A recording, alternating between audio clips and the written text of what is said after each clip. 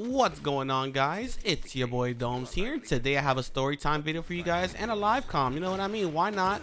You know what I mean? Tell you guys a little story about what happened to me before at a Gears of War tournament, and try to talk about my gameplay at the same exact time. So we'll see how that goes. First things first, hold up, free kill, dang! But like I was saying, something had happened during the Gears of War tournament at Mexico.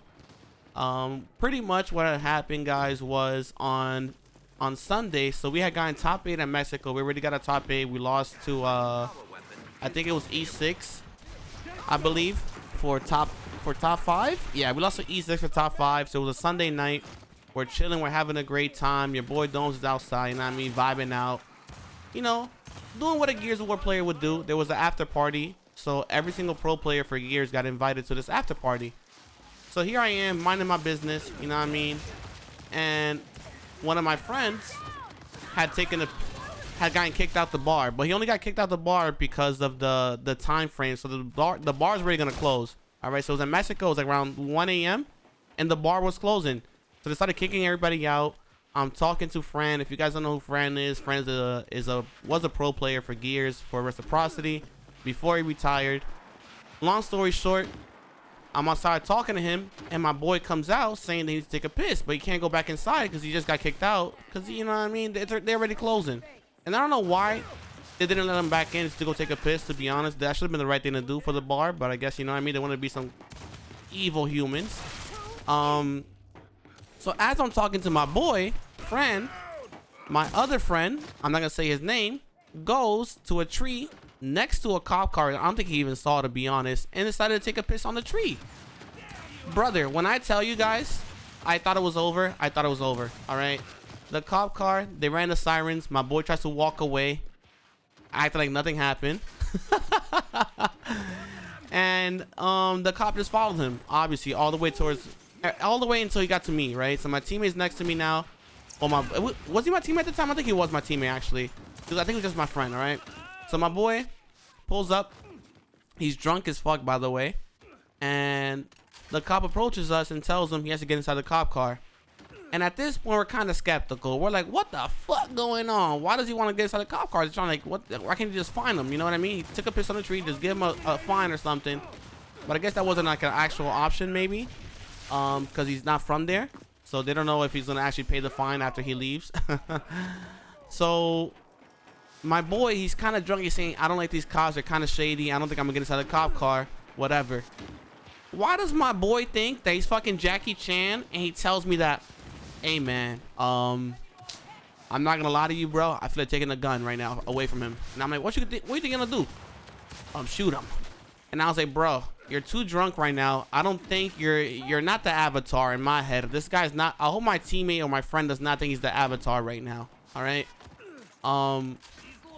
He tells me, DomeZ, I don't think these guys is good guys. You know what I'm saying? And I'm like, all right. So then DeZo Knight comes out. All right. DeZo comes out at the bar, and tries to convince the cops to let us go. Obviously, we try to bribe the cops. All right. That wasn't working. All right. Bribing the cops did not work. They told us to get inside the car and that they would drop us off about 2 blocks down. So since that was what he said, we decided, you know what, let's actually get inside the car. They're gonna drop us off 2 blocks down. Let's go. Let's get inside the car. So we get in. Me, the guy who did whatever the thing was, which was pissing on the tree, and then my coach. All right. So all of us are inside the car at this point. We're vibing, and guess what happens?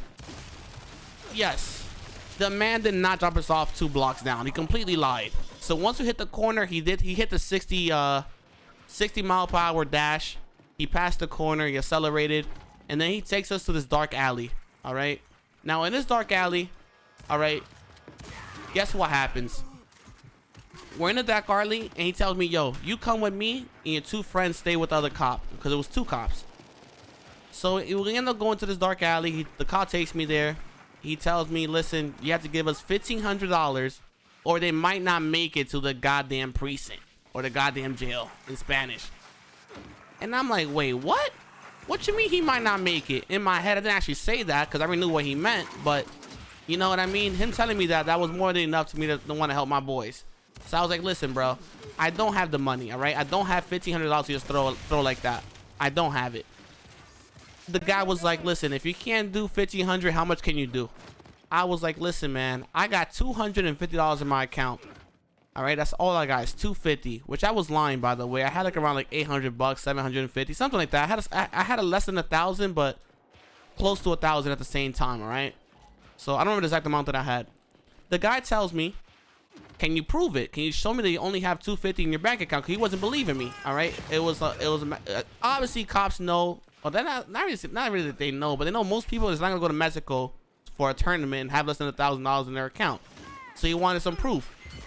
So can you show me your bank statement? I'm like, bro, are you serious? You really have to see my bank statement, bro? That was my reaction. I was like, there's no way this guy actually knows I can show my bank statement. So you know what I had to do? I opened my bank app and I did the smartest thing any human would ever do in that situation, which I don't think was that smart, but to me it was, because I was like, listen, if he sees more than fucking 250, he's gonna ask for everything that's inside my account. So I was like, fuck, I'm gonna do this. What I ended up doing was, all right, I went to my checkings account and I moved the money that I had until I had 250 in my main account. So I don't know how much I extracted, but I extracted like 500 or 800, something like that, from my checkings to my savings, and I made sure to leave exactly 250 on my checkings account. All right, I left an extra $1 in there. I'm pretty sure like 251 to make it not look suspicious. And then I simply just, you know, showed them my bank account. So I clicked on my checkings to make sure my savings wasn't showing, and I gave him my phone and I showed him that I only had 250. I was hoping and praying that he didn't click on the back button on my bank app to check my savings account, which he never did. He just looked at my phone for like 2 seconds. He saw I only had 250 and then gave it back.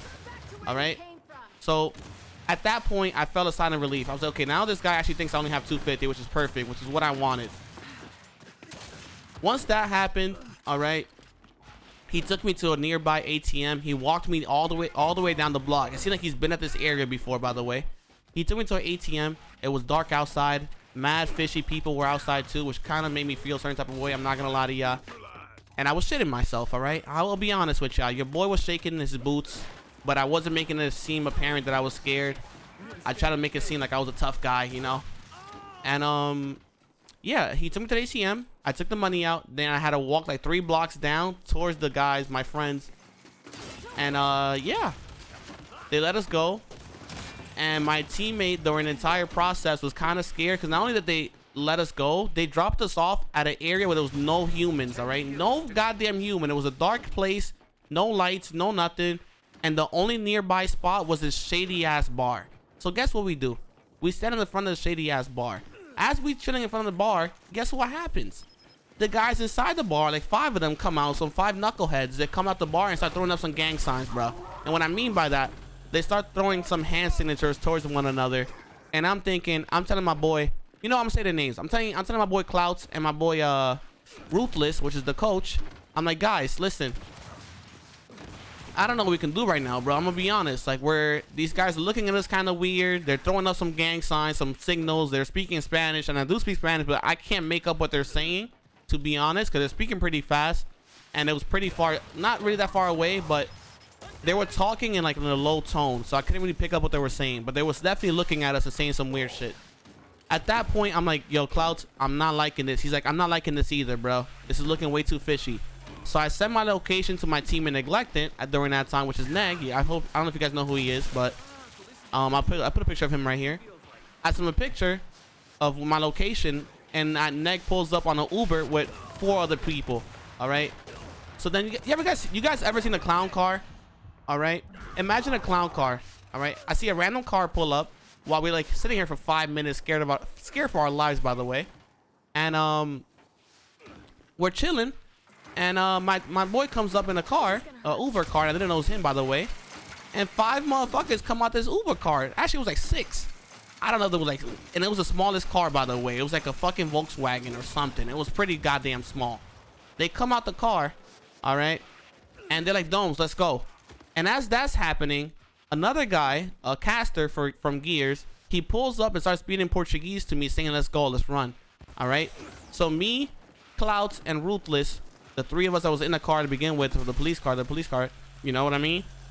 I'm sorry for stuttering, by the way. I'm trying to explain this to the best of my ability while playing, which is kind of hard.